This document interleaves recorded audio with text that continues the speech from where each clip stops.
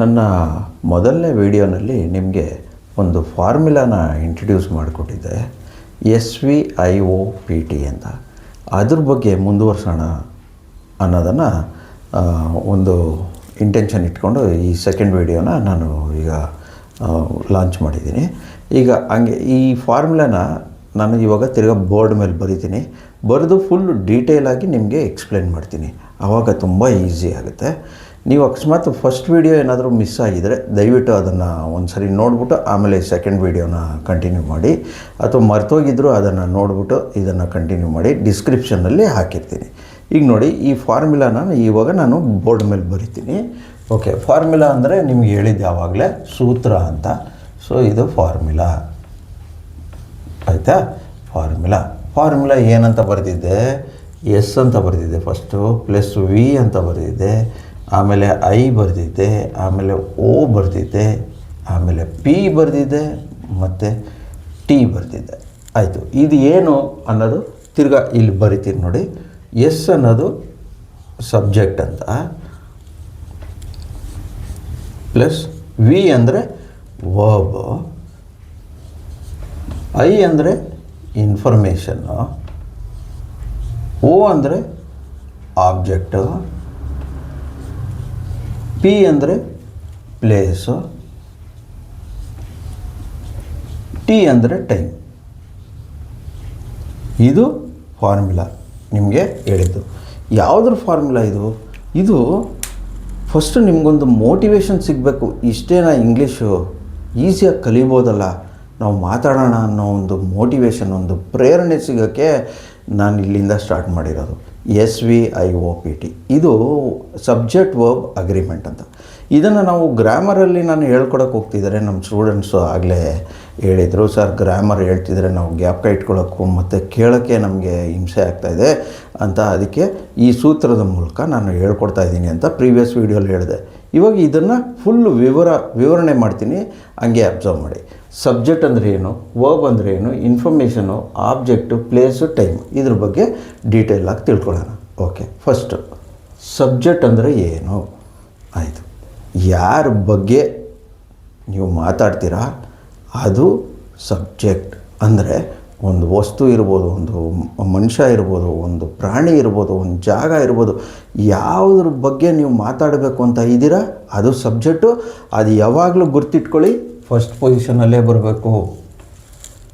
Next ಅದಕ್ಕೆ ಸಂಬಂಧಪಟ್ಟಿದ್ದ ಕ್ರಿಯಾ, verb, ಕ್ರಿಯಾಪದ, ಅದು ಸೆಕೆಂಡ್ ಪೊಸಿಷನಲ್ಲೇ ಇರಬೇಕು. ನೆಕ್ಸ್ಟು ಯಾವುದ್ರ ನೀವು ಏನು ವಿಷಯ ಮಾತಾಡ್ತಾ ಇದ್ದೀರಾ ಅದು ಆಬ್ಜೆಕ್ಟ್ ಬರುತ್ತೆ. ನಾಲ್ಕನೇದು ಇದು ಆಬ್ಜೆಕ್ಟು. ಈ ಆಬ್ಜೆಕ್ಟ್ ಬಗ್ಗೆ ಏನು ಮಾಹಿತಿ ಕೊಡಬೇಕು ಅಂತ ಇದ್ದೀರಾ ಅದು ಮೂರನೇ ಪೊಸಿಷನ್ ಬರುತ್ತೆ. ಜ್ಞಾಪಕ ಇಟ್ಕೊಳ್ಳಿ, ಯಾರ ಬಗ್ಗೆ ಮಾತಾಡಬೇಕು ಸಬ್ಜೆಕ್ಟ್ ಫಸ್ಟ್ ಪೊಸಿಷನ್ನು, ಅದಕ್ಕೆ ಸಂಬಂಧಪಟ್ಟಿದ್ದು ಕರೆಕ್ಟಾಗಿರೋವಂಥ ಕ್ರಿಯಾಪದ ವರ್ಬ್ ಅದು ಸೆಕೆಂಡ್ ಪೊಸಿಷನ್ನು, ಮಾಹಿತಿ ಕೊಡಬೇಕಾಗಿರೋದು ಮೂರನೇ ಪೊಸಿಷನ್ನು, ಯಾವುದ್ರ ಬಗ್ಗೆ ನೀವು ಮಾತಾಡಿದ್ದೀರಾ ಅದು ನಾಲ್ಕನೇ ಪೊಸಿಷನ್. ಆಮೇಲೆ ನಿಮಗೆ ಆ ಸೆಂಟೆನ್ಸಲ್ಲಿ ಪ್ಲೇಸು, ಟೈಮ್, ಜಾಗ ಮತ್ತು ಸಮಯ ಅದು ಹೇಳೋ ಅಂಥ ಇದೆ, ಅದು ನೆಸೆಸಿಟಿ ಇದೆ ಅಂತ ಅಂದರೆ, ಅವಶ್ಯಕತೆ ಇದೆ ಅಂದರೆ ಅದು ಐದನೇ ಪೊಸಿಷನಲ್ಲಿ ಪ್ಲೇಸ್ ಬರಬೇಕು, ಜಾಗ, ಆಮೇಲೆ ಲಾಸ್ಟಲ್ಲೇ ಟೈಮ್ ಬರಬೇಕು. ಹಿಂಗೆ ಬಂದುಬಿಟ್ರೆ ನಿಮ್ಮ ವಾಕ್ಯ ಪರ್ಫೆಕ್ಟ್ ಆಗಿರುತ್ತೆ. ಇಲ್ಲಿ ನೀವು ಯಾವುದು ಹೆಚ್ಚು ಕಮ್ಮಿ ಮಾಡೋಕ್ಕೆ ಆಗಲ್ಲ. ಇಂಗ್ಲೀಷಲ್ಲಂತೂ ನೀವು ಕನ್ನಡದಲ್ಲಿ ಅಥವಾ ನಿಮ್ಮ ಮಾತೃಭಾಷೆಯಲ್ಲಿ ಹೆಚ್ಚು ಕಮ್ಮಿ ಹಿಂದೆ ಮುಂದೆ ಸಮಯ ಮುಂದೆನೂ ಹಾಕಿದ್ರೂ ನಡೆಯುತ್ತೆ.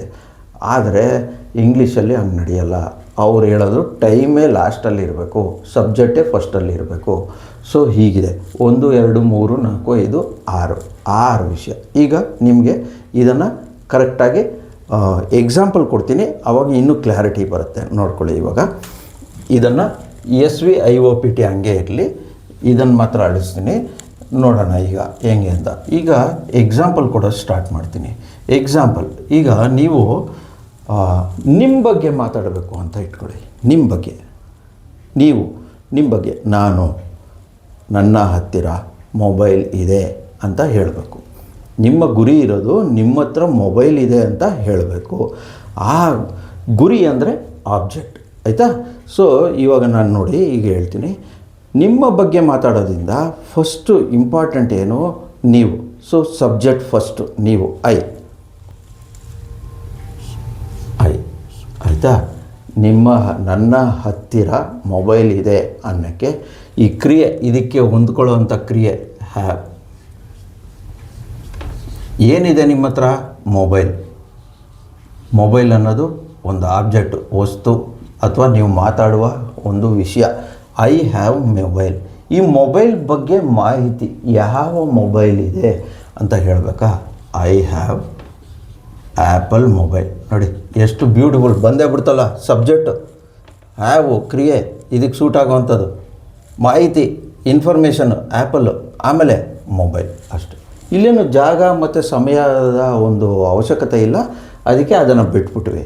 ಅದಿದ್ದರೆ ಹೆಂಗೆ ಅಂತ ನೆಕ್ಸ್ಟ್ ಎಕ್ಸಾಂಪಲ್ ನಾನು ಕೊಡ್ತೀನಿ. ಎರಡನೇ ಎಕ್ಸಾಂಪಲ್, ಇದು ಫಸ್ಟು. ಈಗ ಒಂದು ವ್ಯಕ್ತಿ ಬಗ್ಗೆ ನೀವು ಮಾತಾಡ್ತೀರಾ ಅಂತ ಅಂದ್ಕೊಳ್ಳಿ. ಒಂದು ವ್ಯಕ್ತಿ ಹೆಸರು ತಗೊಳ್ಳೋಣ. ಫಾರ್ ಎಕ್ಸಾಂಪಲ್ ಸುರೇಶ್ ಬಗ್ಗೆ ಏನೋ ಮಾತಾಡಬೇಕು ನೀವು. ಸುರೇಶ್ ಹತ್ರ ಕಾರಿದೆ ಅಂತ ನೀವು ಹೇಳಬೇಕು.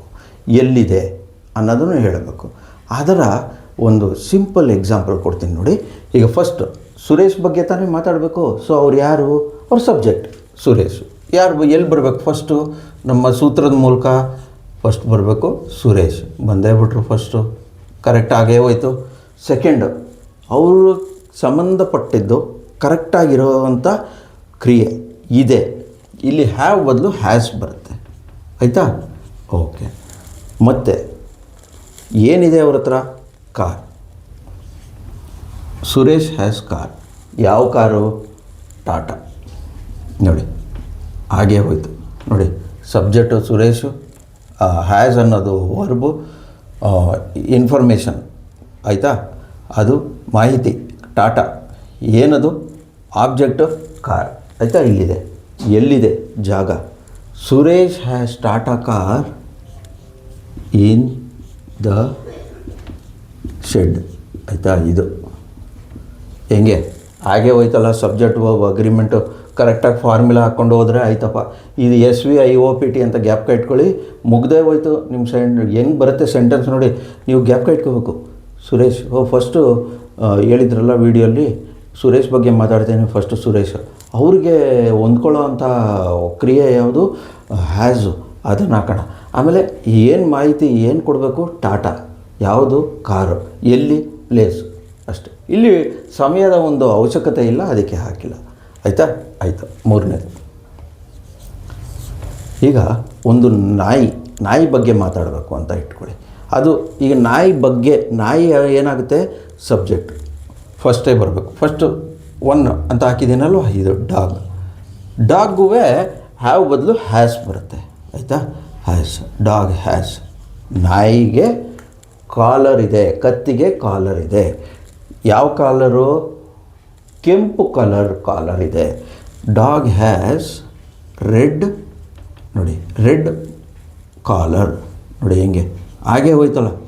ಹೆಂಗೆ ಮೊದಲನೇ ಪೊಸಿಷನ್ನಲ್ಲಿ ಏನು ಬಂತು? ಸಬ್ಜೆಕ್ಟು ನಾಯಿ. ಯಾಕಂದರೆ ನಾಯಿ ಬಗ್ಗೆ ಮಾತಾಡಿದ್ರಿ, ಸಬ್ಜೆಕ್ಟ್ ಆಯಿತು. ಇದೆ ಕ್ರಿಯೆ ಹ್ಯಾಸು. ಮಾಹಿತಿ ಯಾವ ಥರದ್ದು? ಏನಿದೆ? ಕಾಲರ್ ಇದೆ. ಯಾವ ಥರದ್ದು? ರೆಡ್. ಇಷ್ಟ ಇದೆ. SVIOPT. ಅದಕ್ಕೆ ನಾನು ಹೇಳಿದ್ದು SVIOPT ಅನ್ನೋದು ನಿಮ್ಮ ಫೌಂಡೇಶನ್ನು. ಇದನ್ನು ನೀವು ಗ್ಯಾಪ್ಕ ಇಟ್ಕೊಂಡ್ರೆ, ನೀವು ಅಕಸ್ಮಾತ್ ತಪ್ಪು ಮಾತಾಡ್ತಿದ್ರು ಈ ಫಾರ್ಮುಲಾ ಮನ್ಸಿಗೆ ಬಂತು ಅಂದರೆ ನೀವೇ ತಿದ್ದುಪಡಿ ಮಾಡ್ಕೋಬೋದು, ಅಷ್ಟೇ. ಕೂತಲ್ಲೇ ಮೊಬೈಲ್ನಲ್ಲಿ ಶಾರ್ಟ್ ವೀಡಿಯೋಸ್ ನಾನು ನಿಮಗೆ ಕಳಿಸ್ತಾ ಇದ್ದೀನಿ. ಅದನ್ನು ನೋಡಿ ಕೂತಲ್ಲೇ ಕಲ್ತ್ಕೊಳ್ಳಿ. ಯಾವುದೋ ಇನ್ಸ್ಟಿಟ್ಯೂಟ್ಗೆ ಹೋಗಿ ಯಾಕೆ ದುಡ್ಡು ಯಾಕೆ ಖರ್ಚು ಮಾಡಬೇಕು? ನಿಮ್ಮ ಮೊಬೈಲ್ನಲ್ಲಿದೆ, ಕಲ್ತ್ಕೊಳ್ಳಿ. ಪದೇ ಪದೇ ಕೇಳಿಸ್ಕೊತಾ ಇರಿ. ಆಟೋಮೆಟಿಕ್ಕಾಗಿ ಮೈಂಡಲ್ಲಿ ರಿಜಿಸ್ಟರ್ ಆಗುತ್ತೆ.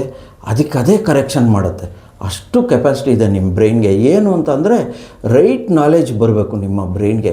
ಸರಿಯಾದ ಜ್ಞಾನ ತುಂಬಿಸ್ತಾ ಇದ್ದರೆ ಆ ಜ್ಞಾನ ಸರಿಪಡಿಸ್ಬಿಡುತ್ತೆ. ಅದಕ್ಕೆ ಇದನ್ನು ಕೇಳ್ಕೊಳ್ಳಿ, SVIOPT. ಇದು ನನ್ನ 2ನೇ ವಿಡಿಯೋ. ಈಗ ನೋಡ್ಕೊಳ್ಳಿ. ಈಗ ನೆಕ್ಸ್ಟು ನನ್ನ ವೀಡಿಯೋನಲ್ಲಿ 3ನೇ ವೀಡಿಯೋಲಿ ಏನಿರುತ್ತೆ ಅಂತ ಹೇಳ್ತೀನಿ. ಒಂದೊಂದಾಗಿ ತಗೊಳ್ತೀನಿ. ನೆಕ್ಸ್ಟ್ ವೀಡಿಯೋಲಿ ಸಬ್ಜೆಕ್ಟ್ಸ್ ಅಂದರೆ ಎಷ್ಟಿದ್ದಾರೆ, ಅವ್ರು ಹೆಂಗೆ ಕನ್ವರ್ಟ್ ಆಗ್ತಾರೆ ಅದ್ರ ಬಗ್ಗೆ ಇಲ್ಲಿ ಮಾತಾಡೋಣ. ಇನ್ನು ನೆಕ್ಸ್ಟ್ ವೀಡಿಯೋನಲ್ಲಿ ವರ್ಬ್ಸು ಎಷ್ಟೊಂದಿದೆ ವರ್ಬ್ಸು ಅದ್ರ ಬಗ್ಗೆ ಮಾತಾಡ್ತೀನಿ. ಇನ್ಫಾರ್ಮೇಷನು ಆಬ್ಜೆಕ್ಟು ಅದ್ರ ಬಗ್ಗೆ ಮಾತಾಡ್ತೀನಿ. ಪ್ಲೇಸು ಟೈಮು ನಿಮ್ಗೆ ಗೊತ್ತೇ ಇದೆ, ಅದ್ರ ಬಗ್ಗೆ ಮಾತಾಡ್ತೀನಿ.